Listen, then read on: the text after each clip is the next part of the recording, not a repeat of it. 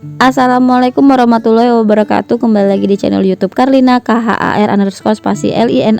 Pada video kali ini kita akan membahas mengenai proses produksi kerajinan bahan lunak alam. Bahan lunak pertama yang akan kita bahas yaitu kerajinan keramik. Kerajinan yang dibuat dari bahan tanah liat biasanya dikenal dengan kerajinan keramik, yang berasal dari bahasa Yunani yang artinya benda pecah belah yang berbentuk dari tanah liat yang mengalami proses pembakaran.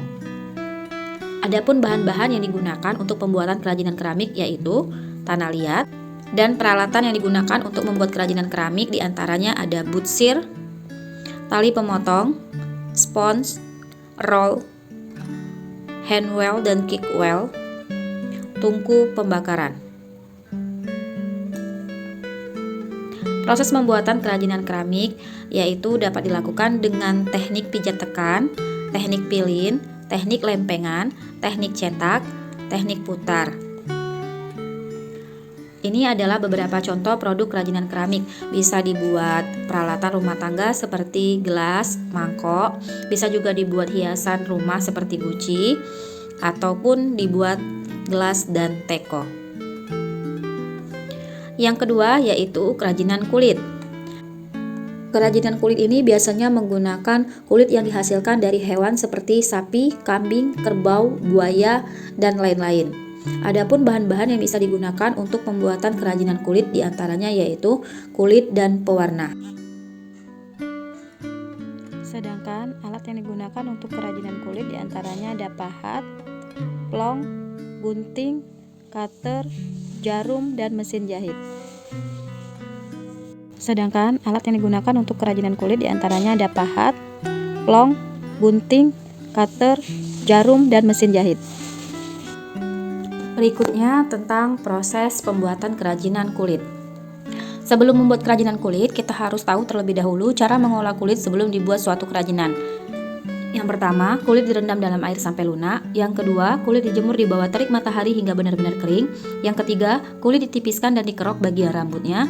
Yang keempat, kulit dibersihkan kembali dengan air dan dijemur hingga kering. Setelah mengalami 2 kali dibersihkan dan 2 kali dikeringkan, maka kulit siap untuk dibuat suatu kerajinan. Ini adalah beberapa contoh dari produk kerajinan dengan berbahan kulit. Ada sepatu, tas, dompet, gantungan kunci, kaligrafi, dan wayang. Selanjutnya, kerajinan foreclay atau adonan tepung. Foreclay ini merupakan jenis bahan tepung yang dibuat menjadi adonan. Adonannya terbuat dari beberapa bahan yaitu tepung terigu, tepung tapioka, tepung sagu, lem kayu, pewarna makanan, dan air. Sedangkan peralatan yang digunakan untuk membuat kerajinan foreclay ini ada baskom, mangkok, sendok, spatula, dan sebagainya. Berikut adalah proses pembuatan kerajinan foreclay. Yang pertama, tepung tapioka, tepung terigu, tepung sagu, dan lem kayu dicampurkan menjadi satu. Yang kedua, adonan tersebut diaduk dan diberi air secukupnya sehingga adonan menjadi kalis. Yang ketiga, tetesi warna pada adonan foreclay. Dan yang keempat, adonan siap untuk dibuat kerajinan. Ini adalah contoh beberapa produk kerajinan yang terbuat dari foreclay. Di antaranya ada patung, ada gantungan kunci, hiasan dinding, dan hiasan peralatan rumah tangga lainnya. Berikutnya yang termasuk dalam bahan lunak alam yaitu kerajinan dari getah nyatu yang berasal dari pohon nyatu. Adapun bahan-bahan yang digunakan diantaranya adalah getah, air, dan pewarna. Sedangkan alat yang digunakan ada gunting, sendok, botol, kuas, papan, dan sebagainya. Berikutnya tentang proses pembuatan kerajinan getah nyatu. Langkah pertama yaitu getah direbus terlebih dahulu agar lunak.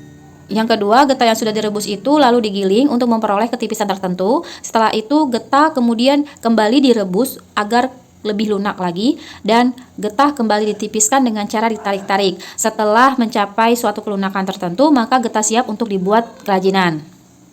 Ini adalah beberapa contoh produk kerajinan dari getah nyatu, diantaranya bisa dibuat patung atau hiasan rumah, bisa dibuat miniatur kendaraan seperti miniatur kapal dan sebagainya. Demikianlah penjelasan singkat mengenai proses pembuatan kerajinan bahan lunak alam. Semoga bisa bermanfaat. Wassalamualaikum warahmatullahi wabarakatuh.